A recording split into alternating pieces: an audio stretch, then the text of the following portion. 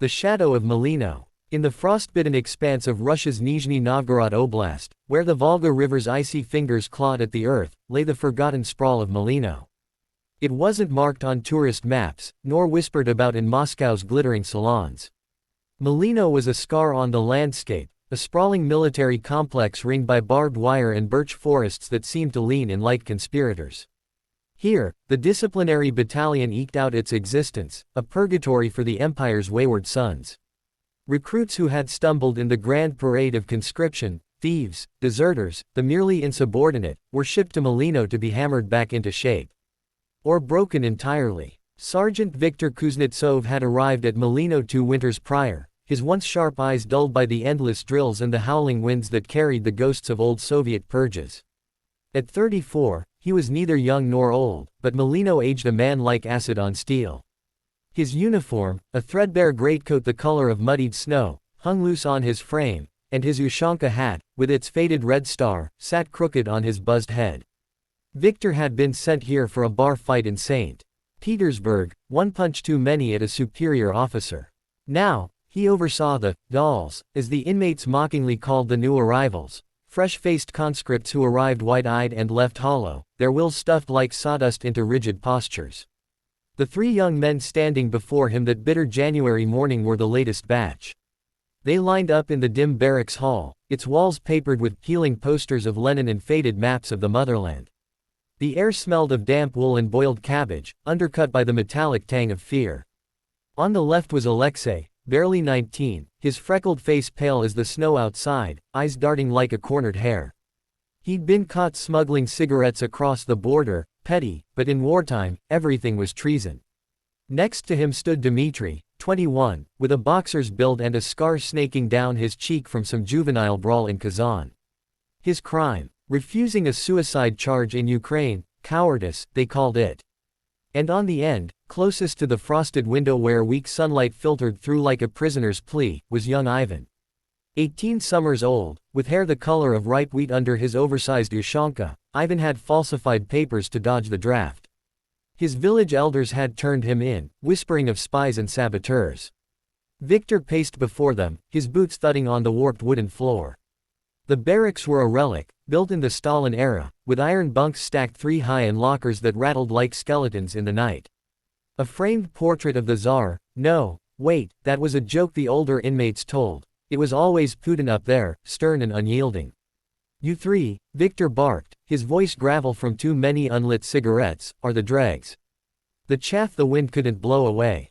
Here in Mulino, we remake you. Or we bury you under the birches. Aleksei swallowed hard, his Adam's apple bobbing like a buoy in a storm. Dmitri stared straight ahead, jaw clenched, but Ivan shifted, just a fraction, his gloved hands twisting behind his back. Viktor caught it. He always did. You, well, he snapped, jabbing a finger at Ivan. Step forward. The boy did, reluctantly, his polished boots scuffing the floor. Up close, Viktor saw the fear etched in the fine lines around Ivan's eyes, the way his breath fogged the air in shallow bursts. He was small for a soldier, wiry, with a poet's hands, long fingers that belonged strumming a balalaika, not gripping a Kalashnikov. What makes you think you can hide from the motherland, Papers. Lies. We'll strip those away, layer by layer, until you're nothing but obedience. The initiation began at dawn the next day, as it always did. The Disciplinary Battalion's regimen was a machine of monotony and malice, 5-kilometer runs through knee-deep snow, Bayonne. Tea drills until fingers bled, and evenings spent reciting the oaths of loyalty under the watchful eyes of floodlights that never dimmed. But Mulino held darker secrets, ones whispered in the latrines when the guards turned away. Legends of the Puppetmaster, a spectral officer from the Great Patriotic War, said to wander the grounds on moonless nights. He didn't kill the disobedient, no, that was too merciful. He remade them, turned men into dolls, stiff, unblinking, marching eternally without a whisper of revolt. Viktor dismissed the notion as peasant superstition, but he'd seen things. Men who arrived brash and left with eyes like glass marbles, moving in perfect sync, their laughter silenced forever. Aleksei broke first, on the 3rd day, collapsing during a forced march, sobbing for his mother in a Siberian fishing village. Dmitri endured, his fists balled into weapons even in sleep, but Ivan watched everything with a quiet fire, sketching maps in the frost on his bunk's windowpane, escape routes, perhaps, or dreams of freedom. By week's end, the three were inseparable, bound by shared misery. They huddled in the mess hall over watery kasha, trading stories like contraband. Aleksei spoke of the sea, how he'd once dreamed of captaining a trawler. Dmitri grunted about underground fights, the thrill of blood on snow. Ivan, though, spun tales of his grandmother's fairy stories, wooden puppets who came alive under a mad toymaker's spell, dancing until their strings snapped. In the end, he said softly, his voice cutting through the clatter of spoons, the dolls rebelled. They cut their own threads. Viktor overheard, lurking in the shadows. That night, as the wind howled like a banshee, he dragged Ivan from his bunk. The barracks stirred but fell silent, no one interfered with the sergeant's justice. Outside, under the sodium glow of the yard lamps, snow swirled in eddies. Viktor shoved Ivan against the fence, the barbed wire glinting like teeth. Rebellion. Here. You're already dolls, boy. Strings pulled by men like me. One wrong twitch, and you're pine box bound. Ivan met his gaze, unflinching for the first time. What if the strings are illusions, Sergeant? What if we're all just pretending to march? Viktor laughed, a hollow bark, but sleep evaded him that night. In his quarters, a cramped room with a samovar and a single bulb swinging like a noose, he dreamed of puppets. Not the crude ones of Ivan's tales, but soldiers, endless ranks of them, their faces his own, ushankas perched like crowns of thorns, marching toward a horizon that bled into darkness. Little did Viktor know, the Puppetmaster's shadow was stirring. Mulino's curse wasn't legend, it was a pact, forged in the blood of the purges, binding the disobedient to eternal servitude. And these three, Aleksei the dreamer, Dmitri the fighter, Ivan the storyteller, were about to pull the first thread. Weeks bled into months, the Siberian winter clamping down like a vice. Mulino's iron gates creaked under the weight of fresh snow, sealing in the disciplinary battalion like a forgotten experiment. Viktor Kuznetsov had hardened further, his patrols more vigilant, his flogging swifter. But cracks spider webbed through his resolve. The dreams persisted, ranks of doll soldiers, their eyes hollow sockets reflecting his own regrets.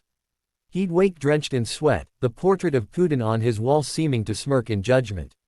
Discipline, he'd mutter, splashing cold water on his face from a tin basin. That's all it is. Discipline. Aleksei, Dmitri, and Ivan had become ghosts in the machine. Aleksei no longer sobbed, instead, he moved with mechanical grace, his runs flawless, his bayonets gleaming. But in the quiet hours, when the guards dozed, he'd trace invisible waves on the barracks floor, humming sea shanties under his breath. Dmitri's scar had faded under the relentless sunless days, but his hands remained weapons, clenched during inspections, unclenched ONL. Why when plotting in whispers? The fence to the east, he'd murmur, voice low as gravel. Weak links. One night, under the new moon. Ivan was the spark. His sketches multiplied, hidden in bunk slats, etched on boot soles, blueprints of Mulino's underbelly, tunnels from the gulag days snaking beneath the parade grounds. He collected threads, too, unraveled from old uniforms, knotted into escape cords. Dolls don't run, he'd say with a sly grin, but boys do. The others laughed at first, then believed. In Mulino, belief was the sharpest blade. The turning point came during the spring thaw, or what passed for it in those latitudes. A consignment of new dolls arrived, 24 youths, shivering in ill-fitting coats, their eyes still holding the light of the outside world. Among them was a girl, disguised as a boy, Sasha, they learned later, her hair shorn, her documents forged by partisans in the Urals. She was no criminal, she was a courier, carrying microfilmed maps of Siberian rail lines for the resistance. Caught at a checkpoint, she'd been routed to Mulino as a saboteur. Viktor spotted her immediately during roll call, the way she held her shoulders too straight, her gaze too defiant. That night, he hauled her to the interrogation shed, a lean-to of corrugated tin where the wind whistled laments. "Who sent you?" he growled, slamming the door. Sasha spat blood from a split lip, her ushanka askew. "The wind. The wolves. Anyone who remembers what freedom tastes like." He struck her then, a backhand that echoed like a gunshot. But as she slumped, something in Viktor fractured. Her eyes, fierce, unbroken, mirrored Ivan's from that snowy night. He left her chained, stalking back to his quarters, where the dreams waited. This time, the puppets marched not in silence, but chanted, "Cut the strings.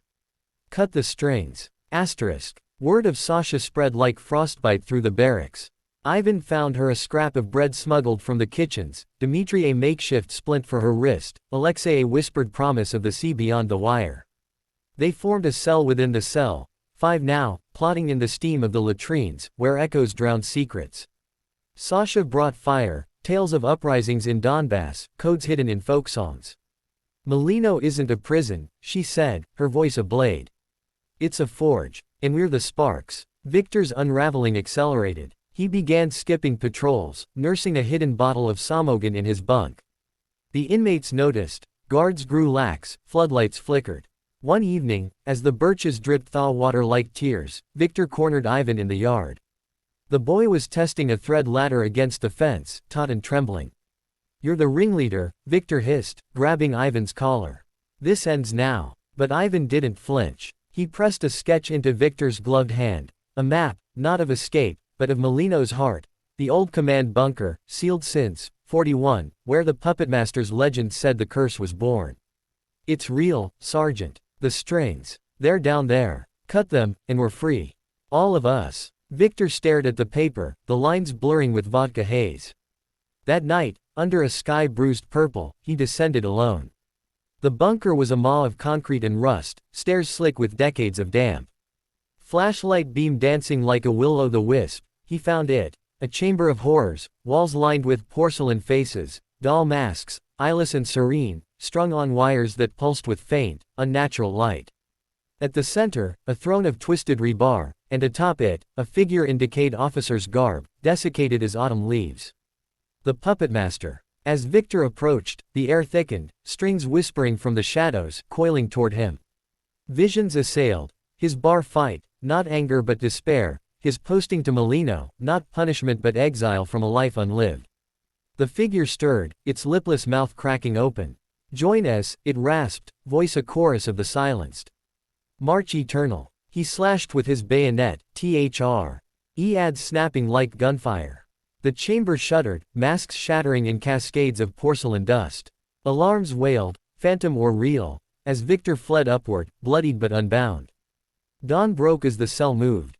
Dmitri led the breach at the east fence, cutters sparking on wire.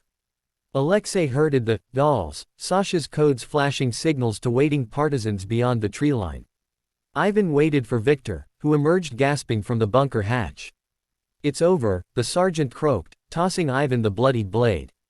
The strings, gone. They ran then, a ragged line melting into the birchwoods, ushankas shed like skins, uniforms traded for civilian rags. Mulino awoke to empty bunks, the wind carrying echoes of rebellion. Viktor vanished into the vastness, a ghost seeking redemption.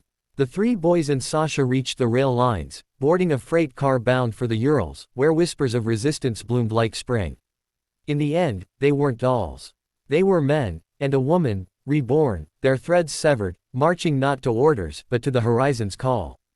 Mulino stood silent, its curse unraveled, waiting for the next wind to stir its shadows. But some strings, once cut, leave echoes that echo forever.